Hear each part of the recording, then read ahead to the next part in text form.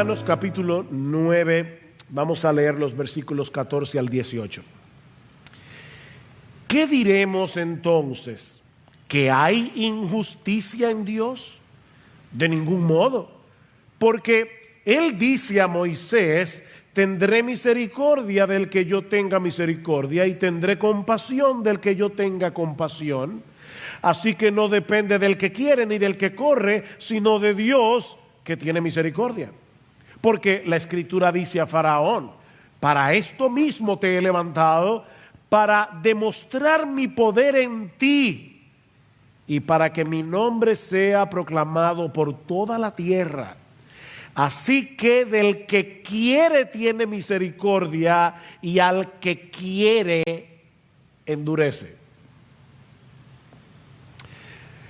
La semana antes pasada estuvimos considerando los versículos 6 al 13 del capítulo 9 de Romanos, donde Pablo nos demuestra que a pesar de la incredulidad generalizada de los israelitas, aquellos que recibieron las promesas del pacto, la promesa de Abraham, y sin embargo no creyeron en el Mesías, y Pablo dice: a pesar de la incredulidad generalizada de los judíos, la promesa de Dios no ha fallado.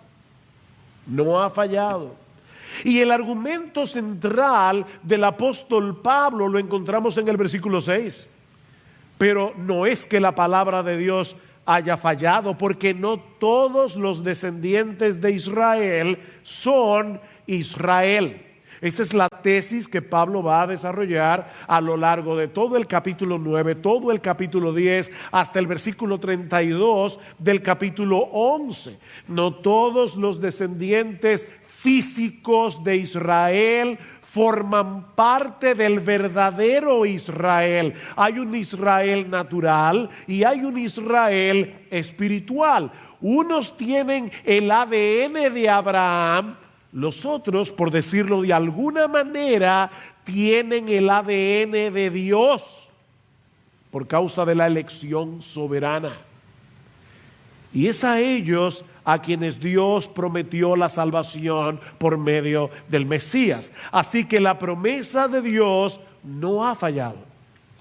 Es en ese contexto, que Pablo introduce el tema de la elección incondicional en este pasaje. A través del ejemplo de Isaac y de Jacob, vemos que desde el principio de la historia bíblica, el verdadero Israel ha estado compuesto por todos aquellos que Dios eligió para salvación de pura gracia.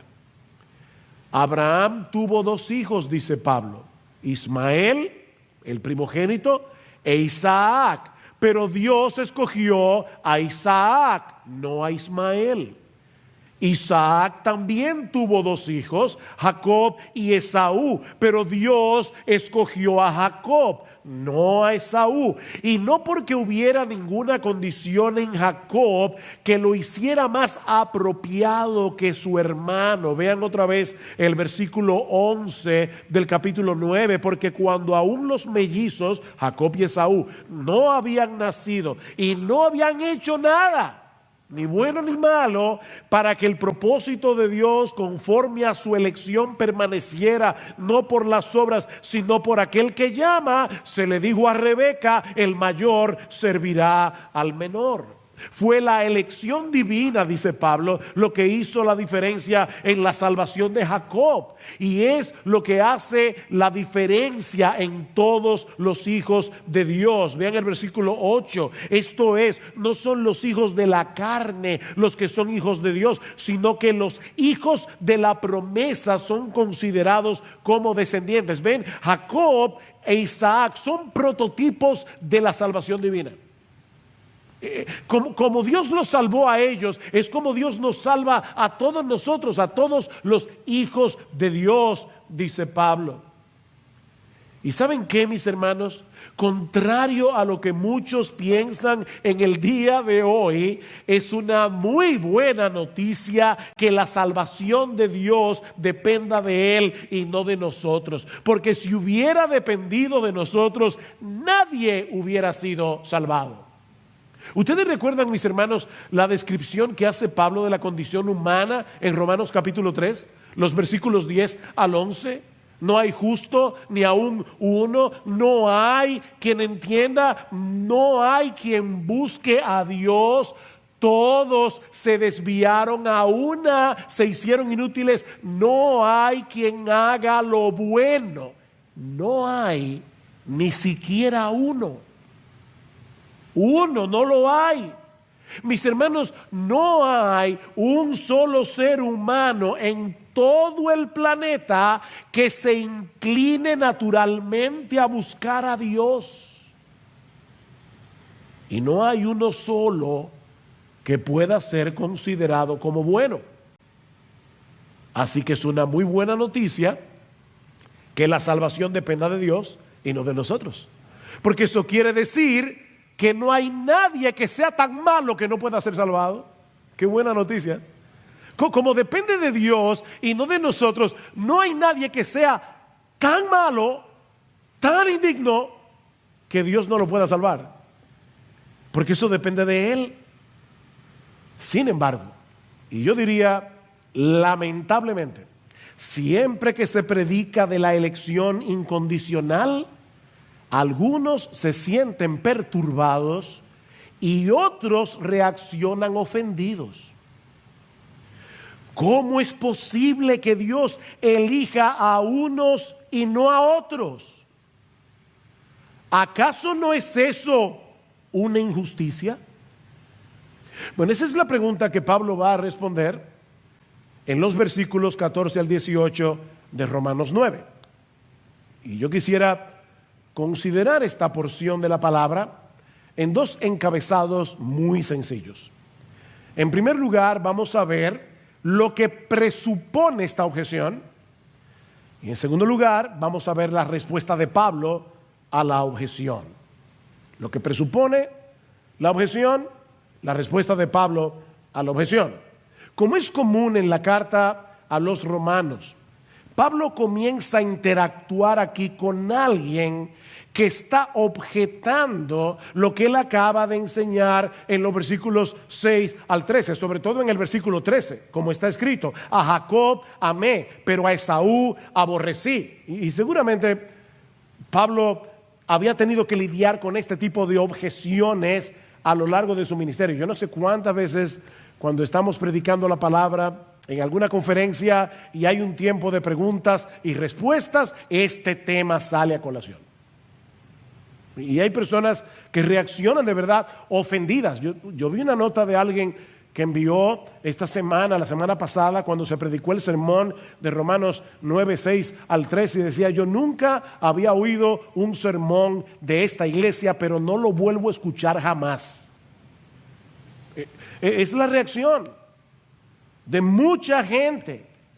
De manera que Pablo sabía que muy probablemente algunos de sus lectores, de los lectores de Romanos, iban a levantar esta misma objeción cuando leyeran esta porción de la carta. Ahora, antes de pasar a considerar la respuesta de Pablo, mis hermanos, es importante ver la pregunta. O sea, es importante notar que lo que ofende al oponente de Pablo es la doctrina de la elección incondicional. Lo que a él lo ofende es que Dios no toma en cuenta ninguna condición, ninguna cosa en el individuo que lo haga elegible para la salvación. Miren, si Pablo hubiera enseñado que Dios elige a los que Él sabe de antemano que van a creer en Cristo, que es lo que se enseña hoy en muchas iglesias, de ninguna manera se habría levantado esta objeción en contra de su enseñanza. Y la respuesta de Pablo habría sido otra. Supongamos por un momento que Pablo fuera arminiano, es decir, los arminianos son aquellos, y yo he tratado de no usar etiquetas en este mensaje, no quiero ofender a nadie, pero ciertamente los arminianos creen que Dios elige condicionalmente, es decir, Dios elige a los que Él sabe de antemano que van a creer. Muchos arminianos creen eso. Hay diferencias aquí o allá, pero básicamente muchos creen eso. Vamos a suponer por un momento que Pablo fuera arminiano, que Pablo creyera que la elección de Dios está condicionada a nuestra elección. ¿Cuál habría sido la respuesta de Pablo? ¿Qué diremos? ¿Que hay injusticia en Dios? Por supuesto que no. Pues su elección depende de la nuestra. Como Él sabe de antemano quiénes son los que van a creer en Cristo, son a esos que Dios elige. Así que no se puede acusar a Dios de ser injusto, porque a final de cuentas la salvación no depende de Él, la salvación depende de mí. ¿Ven el punto? ¿Es eso lo que responde Pablo? No, versículo 15. Porque Él dice a Moisés: tendré misericordia del que yo tenga misericordia y tendré compasión del que yo tenga compasión. Así que no depende del que quiere ni del que corre, sino de Dios que tiene misericordia. Versículo 18, así que del que quiere tiene misericordia, y al que quiere endurecer, Él endurece. Esa fue la respuesta de Pablo.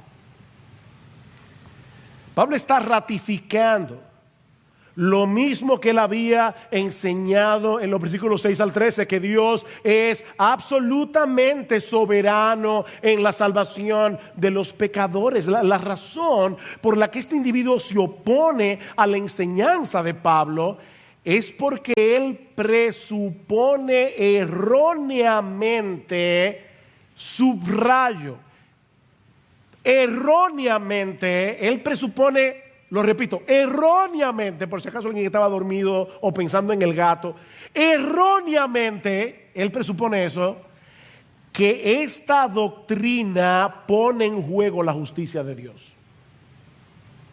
Esa es su presuposición. De hecho, es lo mismo que pasa con el versículo 19, la otra objeción que vamos a ver el domingo que viene.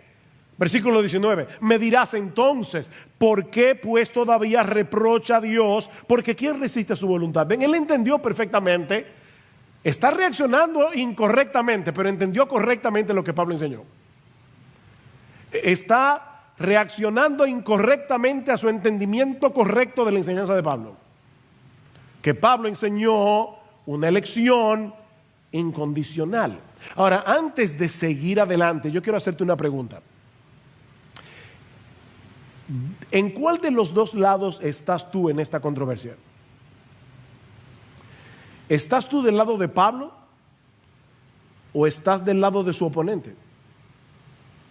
Mis hermanos, esta pregunta va dirigida a los miembros de Iglesia Bíblica del Señor Jesucristo. A nosotros los pastores que vamos a dar cuenta por vuestras almas, queremos estar seguros de que nuestros queridos hermanos, miembros de esta iglesia, entienden correctamente esta doctrina de las Escrituras. Así que, mi hermano, esta pregunta no es para una persona en Chile, en Perú, en Argentina, que nos está viendo por la internet. Esta pregunta es para ti, miembro de Iglesia Bíblica del Señor Jesucristo. ¿De qué lado estás tú en esta controversia? ¿Estás del lado de Pablo o estás del lado de su oponente? Porque, mis hermanos, en esta controversia no solo está en juego el Evangelio de Jesucristo, un entendimiento correcto del Evangelio de Jesucristo. ¿Saben qué es lo que está en juego aquí? A final de cuentas, el carácter mismo de Dios, la naturaleza misma de Dios. ¿Qué le dice Dios a su pueblo en Jeremías 9:23? Así dice el Señor: no se gloríe el sabio en su sabiduría, ni se gloríe el poderoso en su poder, ni el rico se gloríe de su riqueza, mas gloríese el que se gloría, gloríese de esto, de que me entiende y me conoce, pues yo soy el Señor, que hago misericordia, derecho y justicia en la tierra, porque es en estas cosas que me complazco, declara el Señor. Mis hermanos, Dios es como Él es. Dios es como Él es, no como nosotros quisiéramos que Él fuera. Y Él se ha revelado a sí mismo en su palabra, como dice Jeremías, para que nosotros lo conozcamos y para que nos gloriemos en Él. Si tenemos una perspectiva distorsionada de quién es Dios, hemos caído en idolatría. Porque nos estamos inventando un Dios diferente al de la Biblia. Mis hermanos, eso es adorar un ídolo y no al verdadero Dios. Aparte de que estamos invirtiendo los roles aquí, porque resulta que ahora somos nosotros los que estamos evaluando si Dios está actuando con justicia o no. O sea, yo estoy viendo la actuación de Dios, lo que Dios hace, y ahora yo siento a Dios en el banquillo de los acusados y me estoy sentando a mí mismo en el asiento del juez para evaluar si Dios está siendo justo o no. Pero mis hermanos, ¿cómo puede un hombre finito y pecador juzgar la actuación de Dios? De hecho, es lo que Pablo le va a decir a su oponente, y lo veremos el domingo que viene. ¿Quién eres tú, hombre? Hombre, ¿quién eres tú para que alterques con Dios? ¿Quién eres tú? De ahí la reacción de Pablo en el versículo 14. ¿Qué diremos entonces? ¿Que hay injusticia en Dios? De ningún modo. Y esta es una negativa bien fuerte en el original. No, es lo que Pablo está diciendo. 1000 veces no. Jamás permita a Dios que pensemos de Él que está actuando de una forma injusta en la salvación de los pecadores. Y yo espero, mis hermanos, que todos los miembros de Iglesia Bíblica del Señor Jesucristo tengan esa reacción, debemos usar una palabra fina, visceral. Ustedes han visto a esa gente que tienen una reacción y dicen, wow, le salió de las entrañas. Bueno, lo que Pablo está diciendo aquí es no. No, 1000 veces no. Esta objeción del oponente de Pablo es completamente absurda, como él va a demostrar ahora en los versículos 15 al 18. Lo que nos lleva a nuestro segundo encabezado, la respuesta de Pablo a la objeción de su oponente. Versículo 15. Porque él dice a Moisés, me encanta eso, Pablo no se pone a filosofar aquí. Pablo dice, vamos a la Biblia. Vamos a la Biblia. ¿Qué dice la Escritura? Él dice a Moisés, tendré misericordia del que yo tenga misericordia y tendré compasión del que yo tenga compasión. Pablo está citando aquí un texto que se encuentra en el capítulo 33 del libro de Éxodo. Y ahora voy a decir algo que yo espero que ustedes estén despiertos, pero el capítulo, porque es profundo, el capítulo 33 está después del 32. ¿Ok? ¿Qué pasó en el capítulo 32? En el capítulo 32, a Aarón se le ocurrió la brillante idea, presionado por el pueblo, de hacer un becerro de oro para adorarlo. El pueblo había pecado gravemente contra Dios por su idolatría, pero Moisés intercede ante Dios. Y no solo le pide a Dios que perdone el pecado del pueblo, que no destruya al pueblo, sino que en Éxodo 33, 18, Moisés le pide a Dios que le muestre su gloria. Ese es el texto que está inmediatamente antes del pasaje que Pablo está citando en Romanos 9. Señor, muéstrame tu gloria. Ahora recuerden que Dios había manifestado su gloria a la nación de Israel a través del Éxodo mediante una luz brillante que emanaba de su presencia. Pero ahora Dios va a mostrarle su gloria a Moisés de otra forma. No a través de una luz brillante, sino a través de una revelación de su naturaleza.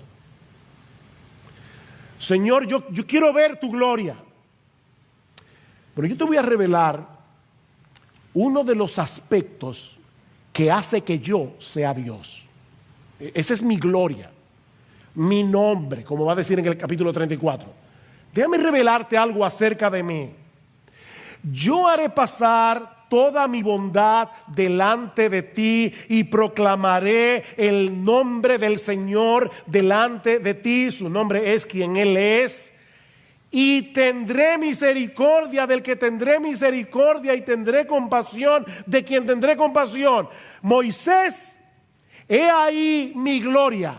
Ese es uno de los aspectos que hace que yo sea Dios. ¿Sabes cuál? Que yo le otorgo mi misericordia y mi compasión al que yo quiera otorgarle misericordia y compasión. Esa es mi gloria. Dios no le dijo a Moisés: tendré misericordia de aquel que tenga un corazón receptivo a mi palabra. No. Tendré misericordia de aquellos en quienes yo vea una disposición a arrepentirse y creer en el Evangelio. No. Ven el texto otra vez, en Romanos 9.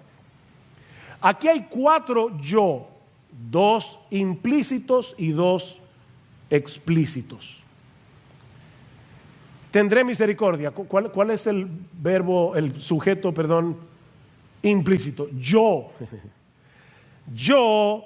tendré misericordia del que yo tenga misericordia y yo tendré compasión del que yo tenga compasión. En un versículo hay 4 yo. En otras palabras, eso no depende del libre albedrío. No depende del libre albedrío. Eso depende de la soberanísima, absoluta voluntad de Dios. Pero eso no es justo. De verdad. Piénsalo bien. ¿De verdad tú quisieras que Dios te tratara con justicia? Yo no. Pablo va a mostrarle a esta persona que lo que está objetando es una cosa completamente absurda. ¿De verdad tú quieres que Dios sea justo contigo? Justicia. Tú quieres justicia. Lo que tú y yo necesitamos es misericordia, no justicia. Si Dios hubiera decidido ser justo con todos, nos enviaría a todos al infierno. Eso es justicia, porque todos hemos pecado.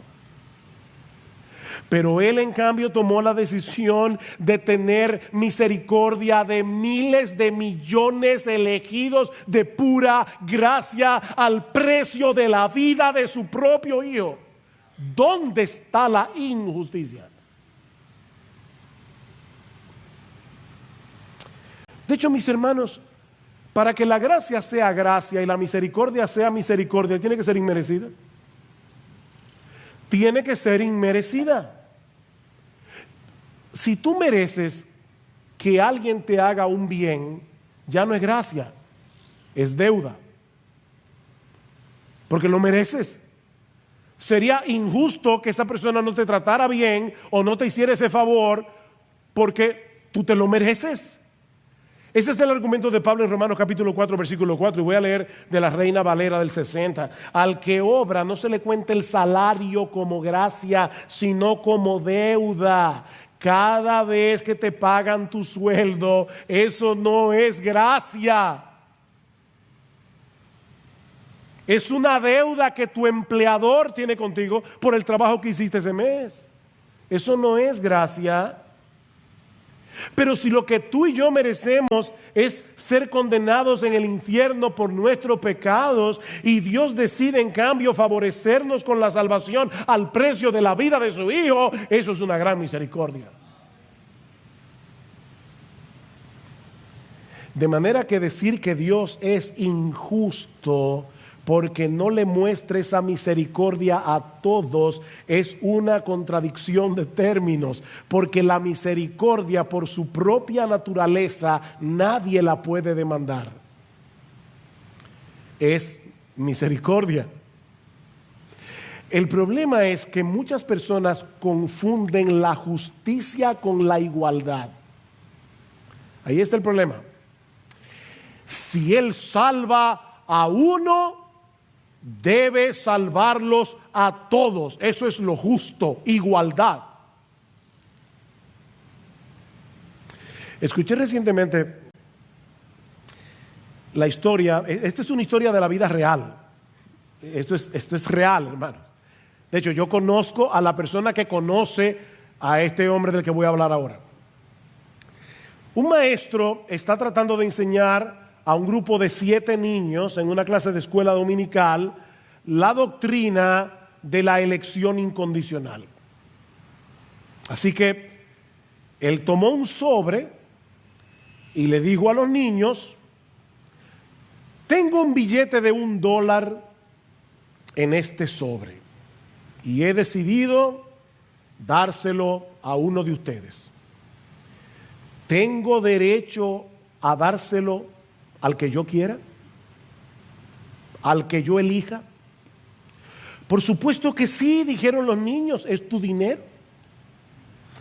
Buena respuesta. Así que él le dio el sobre a uno de los niños, que lo recibió, por supuesto, muy agradecido. Gracias, profesor.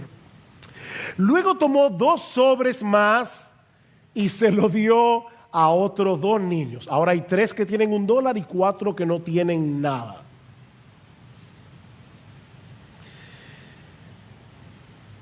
Y él le pregunta a los 4 que no tienen: ¿cómo se sienten ustedes ahora?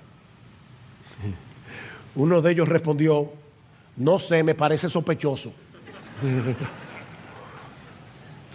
Y obviamente los otros 3 comenzaron a decirle: ¿pero de qué estás hablando? Hace unos minutos tú mismo dijiste que él podía darle su dinero a quien él quisiera porque él no te debe nada y ahora te parece sospechoso. Pero el maestro no lo dejó ahí. Él tomó 3 sobres más y se lo dio a 3 de los 4 que no tenían nada.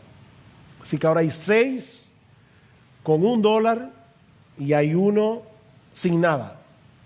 Y el maestro le pregunta: honestamente, ¿cómo te sientes ahora? Y el niño respondió: que me engañaron. Y como ustedes se pueden imaginar, los otros 6 comenzaron otra vez a decirle: ¿cómo que te engañaron? Tú reconociste hace un rato que era su dinero. ¿Y qué él hacía con su dinero? Lo que él quisiera, él no te debe nada. Pero entonces el maestro tomó otro sobre, el último, y se lo dio al niño que no tenía nada. Y cuando él lo abrió, habían $5. ¿Cómo ustedes creen que reaccionaron los otros 6? ¿Ustedes ven el problema, mis hermanos? El problema que tiene el ser humano al ver como sinónimo justicia con igualdad. Cristo va a la tumba de Lázaro. Lázaro, ven fuera. Ustedes se imaginan a todos los que estaban ahí acusando a Jesús de ser injusto porque no resucitó a los otros? Él resucitó a Lázaro. ¿Cuál es el punto? ¿Cuál es el problema? Mis hermanos, ¿por qué Pedro y no Judas? Ambos traicionaron al Señor. ¿Por qué Jesús miró a Pedro y lo llevó al arrepentimiento y no a Judas? ¿Por qué Pablo y no Caifás? Los dos eran enemigos de Cristo. Mis hermanos, la única razón por la que hoy no tenemos a San Judas Iscariote y a San Caifás es por la elección divina. Porque Dios quiso salvar a Pedro y Jesús mismo se le apareció a Pablo en su camino a Damasco. ¿Dónde está la injusticia? Es como dice R.C. Sproul, o R.C. Sproul para decirlo en español: de una humanidad de personas culpables, Dios decide soberanamente conceder misericordia a algunos de ellos. Pregunta: ¿qué recibe el resto? Justicia. ¿Ven? Estos recibieron misericordia y estos recibieron justicia.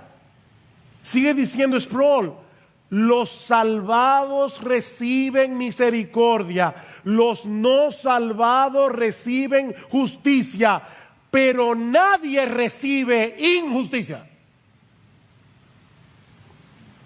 Misericordia, justicia, pero en Dios no hay injusticia. No hay injusticia. Sobre todo, y mi amigo, si tú estás aquí sin Cristo, escúchame con atención. Sobre todo tomando en cuenta la realidad de que ningún pecador, ninguno, ni uno solo, quiere la salvación que Dios ofrece en el Evangelio. No hay uno que busque a Dios. De ahí lo que dice Pablo en el versículo 16. Así que no depende del que quiere ni del que corre, sino de Dios que tiene misericordia. Estas dos palabras aquí son importantes: querer y correr. Cuando Pablo habla de querer, aquí está hablando del deseo del corazón, está hablando del propósito. Y cuando habla de correr, está hablando del esfuerzo que nosotros hacemos para tratar de obtener lo que deseamos. Así que lo que Pablo está diciendo es que la salvación no depende ni de nuestros deseos o propósitos, ni de nuestro esfuerzo para acercarnos a Dios. No depende ni del que quiere, ni del que corre. Porque recuerden Romanos 3, no hay quien busque a Dios, ni siquiera uno. La salvación no puede depender del hombre, porque nadie quiere ni corre. Nadie quiere ni corre hacia Dios. Mis hermanos y amigos que están aquí, por favor, te lo suplico, que nadie se imagine aquí a un montón de personas diciéndole a Dios: por favor, déjame entrar en tu reino, y a Dios en la puerta diciéndole: no, tú no fuiste elegido.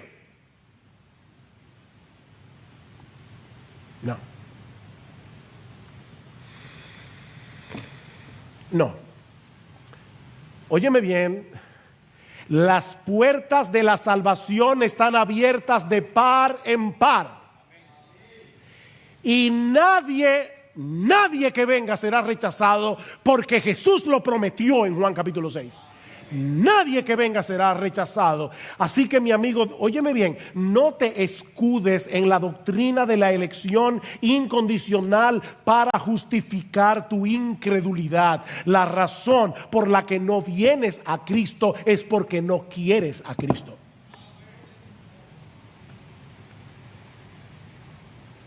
Porque cualquiera puede venir.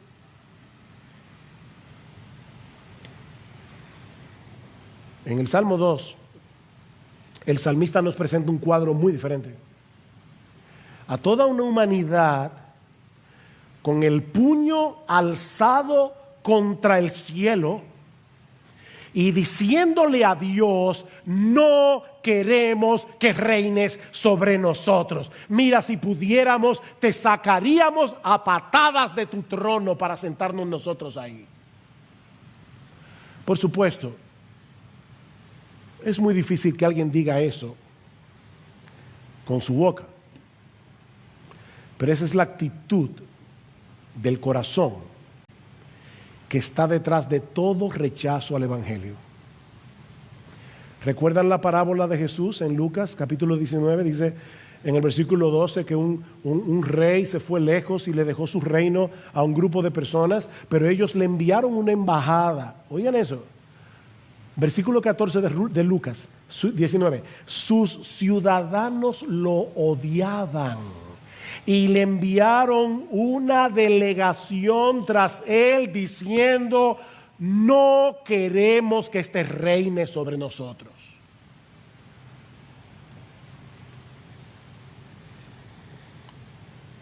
Pero Dios, aquí uno de esos, pero Dios es tan misericordioso, es tan bueno, que por el puro afecto de su voluntad, de esa humanidad pecadora, rebelde, arrogante, desleal, ingrata, Dios decidió escoger para salvación a miles de millones y salvarlos por medio de la vida de su Hijo.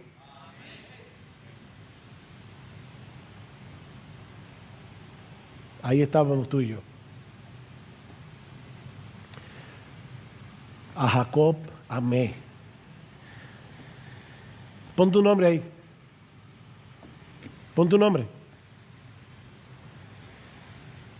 A Laura, a José, a Martín, a Rafael, amé. Ellos eran ingratos, desleales, todo lo que yo acabo de decir. Pero Dios decidió amarlo por el puro afecto de su voluntad. Y yo vuelvo a preguntar: ¿dónde está la injusticia? ¿Dónde está la injusticia? Porque es injusto que Dios decida otorgar su misericordia a miles de millones que no lo merecen y que deje a los otros en su justa condenación para recibir el castigo que sí merecen. Porque Dios no solo se glorifica al otorgar misericordia a sus elegidos, sino también al tratar con justo juicio a los culpables. Eso es parte de la gloria de Dios. Vean el versículo 17. Porque la Escritura, me encanta eso, la Escritura, el que dijo eso fue Dios, pero Pablo dice la Escritura, porque la palabra de la Escritura es la palabra de Dios. Cuando tú lees este libro, estás leyendo a Dios, estás oyendo, como dice Piper, ¿tú quieres oír audiblemente la voz de Dios? Lee la Biblia en voz alta. La Escritura dice a Faraón: para esto mismo te he levantado, para demostrar mi poder en ti y para que mi nombre sea proclamado por toda la tierra. Si ustedes leen Éxodo, los capítulos 4 al 14, van a ver que unas 7 veces dice que a Faraón endureció su corazón contra Dios. Y como 14 veces dice que Dios endureció el corazón de Faraón. Sin embargo, es interesante que Pablo no cita ninguno de esos versículos. Pablo está citando aquí Éxodo 9:16, donde no se dice nada acerca del endurecimiento de Faraón, pero sí del propósito de Dios en lo que él hace. Y por eso Pablo escogió ese texto. Y lo que Dios le dice a Faraón básicamente es esto: ¿sabes qué, Faraón? Yo te di la vida y yo te puse en ese trono. Yo te he levantado. Faraón se creía Dios en la tierra. De hecho, en Egipto se creía que el faraón y su hijo eran dioses. Y dice, ¿qué Dios te crees tú que eres? Fui yo que te di la vida.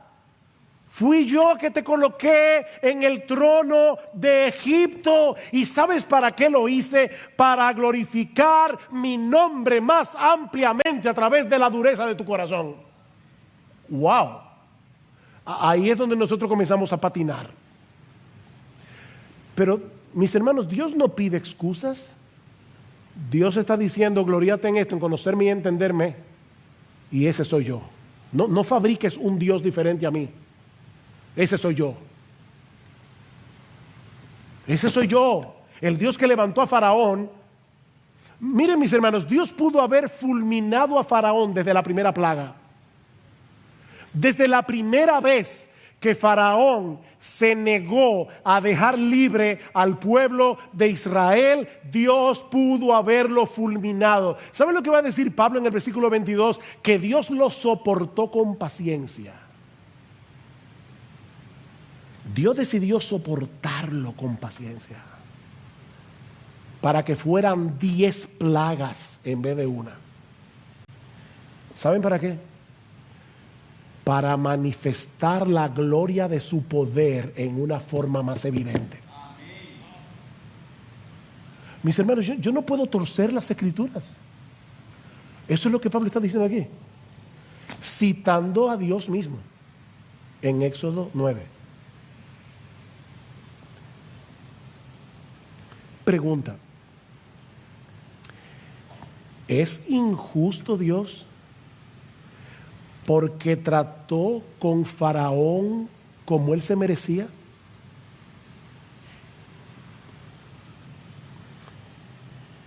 ¿Es injusto Dios? Por supuesto que no. Mis hermanos amados, amigos que están aquí en esta mañana, no te imagines a Faraón como un buen hombre a quien Dios convirtió en un hombre malo. Esa no es la historia. Lo que vemos en el Éxodo es a un hombre malvado, arrogante, prepotente, a quien Dios decide dejarlo sin freno en su maldad. ¿Tú oíste eso? Ahí es que viene la soberanía de Dios. Dios pudo haber hecho con Faraón lo que hizo con Pablo y convertirlo de perseguidor en apóstol, pero no lo hizo. No lo hizo. Dios lo que hizo fue dejar a Faraón que sigue en su maldad. Mis hermanos, Dios es soberano tanto cuando otorga misericordia como cuando trata al hombre con justicia. Versículo 18. Así que del que quiere tiene misericordia y al que quiere endurece. Uy. Mi hermano, déjame hacerte una pregunta. ¿Ese es tu Dios? Porque ese es el de la Biblia. Ahora, déjeme decirle algo. La forma como Dios actúa en los que se pierden no es exactamente igual de la manera como Él actúa en los que se salvan. Él es soberano en ambos casos, pero la actuación es diferente. Dios opera directamente en el corazón de los elegidos, quitando el corazón de piedra, dándoles un corazón de carne, trayéndolos de la vida a la muerte por medio de la obra de su Espíritu para que crean y se arrepientan. Dios hace su operación de corazón abierto. Efesios 2:1. Y Él os dio vida a vosotros cuando estabais muertos en vuestros delitos y pecados. Pero no es Dios el que produce maldad en el corazón de los que se pierden. ¿Ven la diferencia? Es Dios el que cambia el corazón de los que se salvan, pero no es Dios el que produce maldad en el corazón de los que se pierden. Dice en Santiago capítulo 1, versículo 13, Dios no puede ser tentado por el mal, ni él mismo tienta a nadie. Esa maldad estaba ahí. Pero ¿saben una cosa? Dios en su gracia común muchas veces usa su mano para restringir la maldad, para frenar la maldad. De lo contrario, este mundo sería un infierno.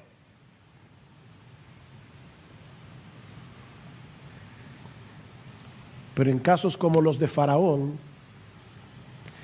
Dios decide soberanamente retirar su mano para que sigan sin freno en el curso de acción que ellos quieren. ¿Ven la diferencia? Alguien lo ilustra de esta manera. Imagínate a 5 personas que están planeando robar un banco a mano armada. Yo me entero y trato de evitarlo. Me reúno con los 5 y les suplico que no lo hagan. Pero ellos me quitan del camino y se ponen en marcha hacia el banco, pero yo logro tumbar a uno de ellos y encerrarlo en mi casa. Los otros 4 roban el banco, matan a un guardia, son capturados y sentenciados a muerte. Pregunta: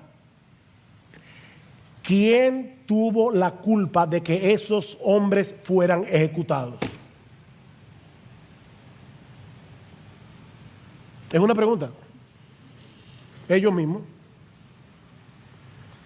Otra pregunta: ¿y qué del otro? ¿Acaso sigue libre porque él era mejor que los otros 4? No. La única razón por la que ese hombre sigue en libertad es porque yo lo detuve. Es la única razón. Lo que estamos diciendo, mis hermanos, es que Dios decidió soberanamente no detener a Faraón.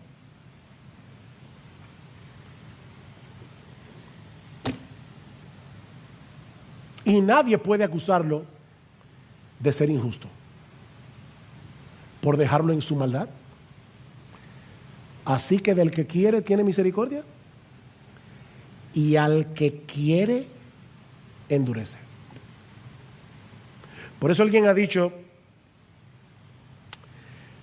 los que van al infierno no tienen a nadie a quien culpar sino a ellos mismos. Y los que van al cielo no tienen a nadie a quien alabar sino a Jesucristo.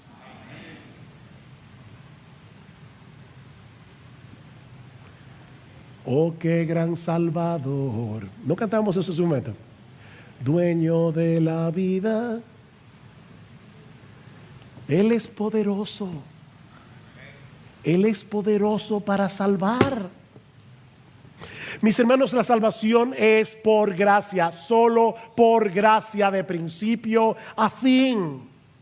Mis amados hermanos, si algo aprendemos de este pasaje, es que debemos acercarnos a Dios como simples criaturas, postrados por quien Él es, en vez de querer conformarlo a nuestras expectativas. Él es un Dios 3 veces santo, nosotros somos pecadores. Él es un Dios de sabiduría infinita, nosotros tenemos una mente muy estrecha.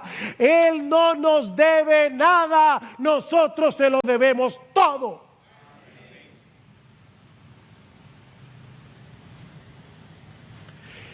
¿Quiénes somos nosotros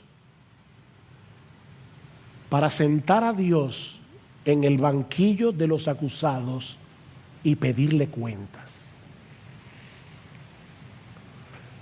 Hace mucho que pasamos por Romanos 3, pero déjame leerte un texto que ya Estudiamos aquí, Romanos 3:19. Ahora bien sabemos que cuanto la ley dice, lo dice a los que están bajo la ley, para que toda boca se calle.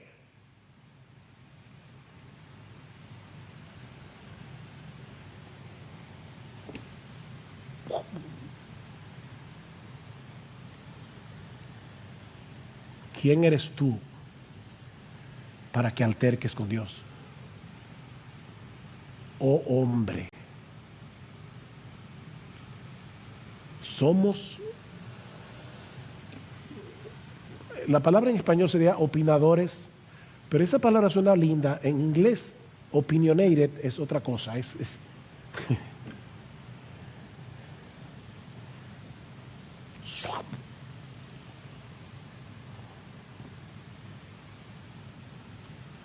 Ocupa tu lugar como una simple criatura.